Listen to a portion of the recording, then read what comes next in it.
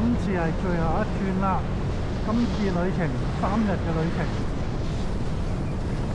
玩咗單板，玩咗雙板，連續3晚，仲有好多嘢未識，但係咧好有信心，下次翻嚟咧會可以練到更多，咁我自己會喺 YouTube 片嗰度咧留意多啲。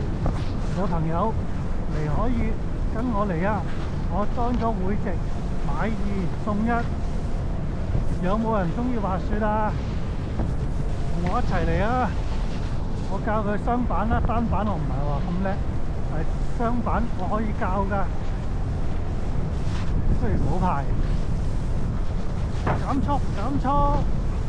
好啦，最後啦，4月22號復活假期，實在玩得太開心啦！拜拜。Yes。